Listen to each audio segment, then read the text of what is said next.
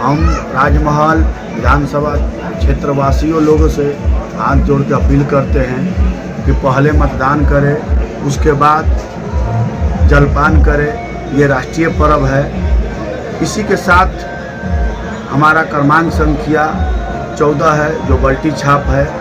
हमको बहुमूल्य वोट दे करके भारी से भारी मतों से विजयी बनावे और नेता नहीं खोजे, बेटा खोजे, जो कि हर संभव हर वक्त आपकी सेवा करे। नमस्ते, प्रणाम। मैं हूँ दीपाली गुप्ता और आप देख रहे हैं लुक इन। तो लुक इन में आपका स्वागत है। जनसंपर्क हमने एक गांव-गांव घूमा, एक मोहल्ला घर घर जाकर घूमे। घूमने के दरमियान में एक नंबर पंचायत, एक नंबर बूथ से हमने शुरू किया। वहाँ भी कुछ समस्या आई। पीएम आवास, अगवा आवास, छोटे छोटे चीज़ है, राशन कार्ड, विधवा पेंशन, वृद्धा पेंशन, मैया समान योजना, ये सब छोटे छोटे चीज़ समझ में आई। क्या तो हम लोग के पास कुछ मिल ही नहीं रहा है। जितने लोग को मिला तो बंद हो गया, क्यों बंद हो सो कोई पता नहीं। ये हमारे क्षेत्र में आया। उसके बाद जस्ट आगे बढ़े तो 4-5 बूथ नंबर है, वहाँ पहुँचे। वहाँ पहुँचने के दरमियान में वहाँ बहुत ज़्यादा पानी की समस्या आई। वहाँ पानी की समस्या आई, नाली रोड कहीं कुछ नहीं है, बिजली का तार जर्जर पड़ा हुआ है। लोग अपने से मिस्त्री लगा करके उसको रस्सी से बांध करके स्केच बना करके रखे हुए हैं। ये सब समस्या आई। उसके बाद जस्ट आगे आए तो 6-7 नंबर बूथ पर आए, जहाँ डेहारी गांव है। बरसों से आर्सेनिक पानी का वहाँ व्यवस्थिति खराब है, जो अभी तक वो पूरा नहीं किया गया। जो कि वहाँ से रक्षी स्थान है, वहाँ से स्वच्छ पानी मिलता है।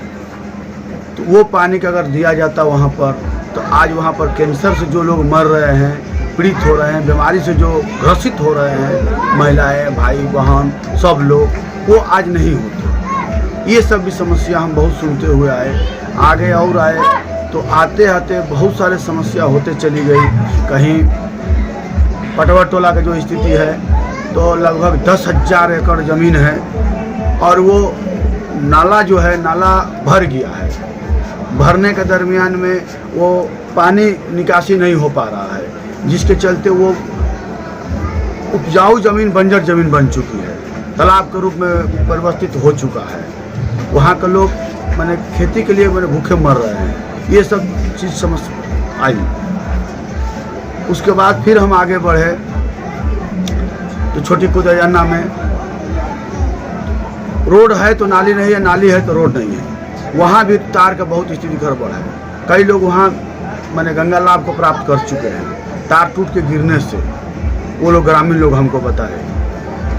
यही तो समस्या है बहुत ज़्यादा सब लोग को।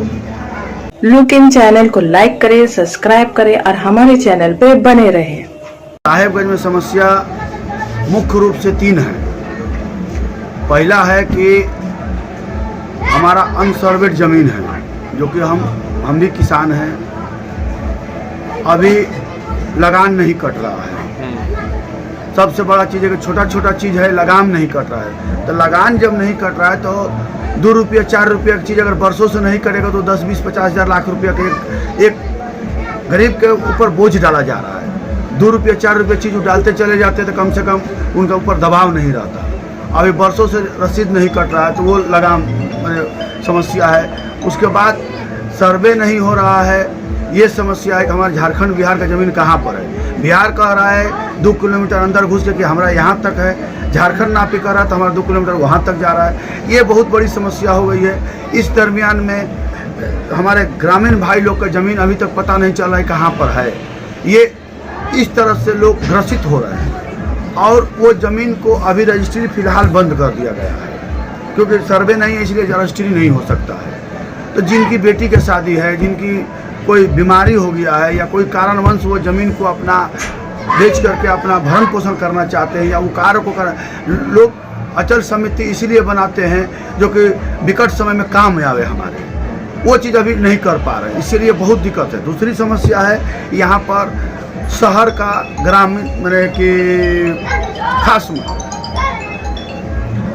महल ज़मीन है। खास महल ज़मीन होने के नाते ये बरसों से हम जब से पैदा लिए हैं तब से हम सुनते आ रहे हैं कि ये हमारे ज़मीन है। अब षड्यंत्र के तहत से या जिस कारण से हो ये ज़मीन को खास बना दिया गया। पहले रसीद कटती थी, अब रसीद नहीं कट रहा है। अब इसके चलते हमारे साहेबगंज शहरवासी बहुत पिछड़े हो गए। इसलिए हो गए कि वो बिजनेस करना चाहते हैं, लोन लेना चाहते हैं, तो उनको खास के कर चलते कोई भी बैंक लोन नहीं दे रहा है। और घर भी बनाना चाह रहे हैं तो हाउसिंग लोन भी नहीं मिल रहा, क्योंकि आपका ये ज़मीन नहीं है। तो ये तो सारी मान के चलिए कि हमारे शहरवासी के द्वारा सौतेला व्यवहार किया जा रहा है कि आप उजाड़ कर फेंकने का काम किया जा रहा है। तीसरा चीज़ है कि यहाँ पर बरसों से हम सुनते आ रहे हैं कि यहाँ पर ओवर ब्रिज बन रहा है। तो ओवर ब्रिज बन रहा है, लेकिन बन रहा है कागज़ पर बन रहा है, कहाँ बन रहा है पता नहीं। बहुत सारे लोग वादा किए, बहुत सारे लोग वादा कर रहे हैं, लेकिन अभी तक धरातल पर कहीं कुछ दिख नहीं रहा है। जो पूर्वी फाटक और पश्चिमी फाटक जब जाम लगती है तो घंटों जाम लग जाती है। जो बीमारी जाते हैं तो कई लोग दम तोड़ चुके हैं। परसों के लिए महिलाएं जाती हैं परसों के लिए, तो वो फाटक पर ही परसों हो जाता है, हॉस्पिटल नहीं पहुंच पाती है। तो ये सब चीज़ तो है हमारे साहिब शहरवासी के लिए। हम जीतते हैं तो ये सारे समस्या को दूर कराएंगे, ये गारंटी है। लुक इन चैनल को लाइक करें, सब्सक्राइब करें और हमारे चैनल पे बने रहें। राजमहल में बरसों से गंगा पुल का बोल रहा है लोग, लेकिन बन नहीं रहा है। अभी कुछ लोग को घोषणा पत्र में मौखिक तो मीडिया के माध्यम से कहा गया कि हम गंगा पुल बनाएंगे, लेकिन घोषणा पत्र में उसका कहीं नाम नहीं आया। तो ये सौतेला व्यवहार किया जा रहा है राजमहल वासी के द्वारा। हम उसको शीघ्र दूर कराएंगे और हर संभव लड़ाई लड़ेंगे। उधवा में आ जाइए तो हम एक जिला परिषद के उपाध्यक्ष हैं और दोबारा हैं। वहाँ के जो सदस्य जो हैं वो लोग हमको लगातार बोर्ड में भी उठाए हैं ये बात को कि 10,000 एकड़ ज़मीन जो पड़ी हुई है वो पानी निकास के नहीं कारण से वो कृषि क्षेत्र तालाब में तबलीत हो चुकी है, जो किसानी नहीं कर पा रहे हैं। तो इसको भी हम पानी निकासी का हम व्यवस्था बनाएंगे।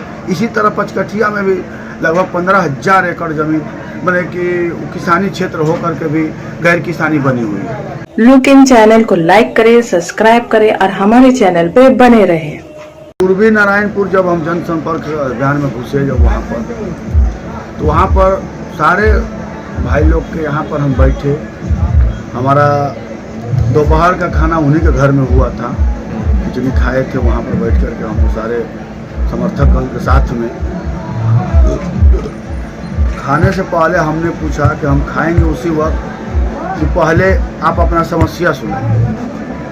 तो समस्या वो लोग बोले कि हमारा 2 पीढ़ी ख़त्म हो चुका है इस ज़मीन पर बसे हुए। तो हम बोले तो हुआ क्या है? तो बोले कि ये ज़मीन अभी तक खास है, बोल रहे खास। और हमको सरकार के द्वारा पूर्व में भी जो शासन रहा होगा पट्टा दिया गया है, लेकिन अभी उनके नाम से ना रसीद कटवाया जा रहा है, ना उनके नाम से रजिस्ट्री कराया जा रहा है, ना उनको कोई लाभ दिया जाए, जिसके कारण से वहाँ के छात्र छात्राएँ जो पढ़ रहे हैं वो कोई लाभ नहीं, अस्थाई निवासी नहीं बना पा रहा है, जिसके चलते वो यहाँ से पलायन कर जा रहे हैं क्योंकि हम कहीं अस्थाई निवासी हैं। इस तरह से समस्या है, ना वो घर बना पा रहे हैं, ना वो कोई समाधान ढूंढ पा रहा है जो कि हम लोन लेकर के कृषि लेकर के आगे कुछ भी हम काम कर पाए। इस तरह से बहुत ज़्यादा समस्या है, उसको भी हम हर संभव जहाँ से भी हो जो इसका रास्ता बने उसको हम दूर कराएंगे। कुछ और नई खबरों के साथ, तब तक के लिए नमस्कार। Please support Kurd Subjanai. Thank you so much and love you all.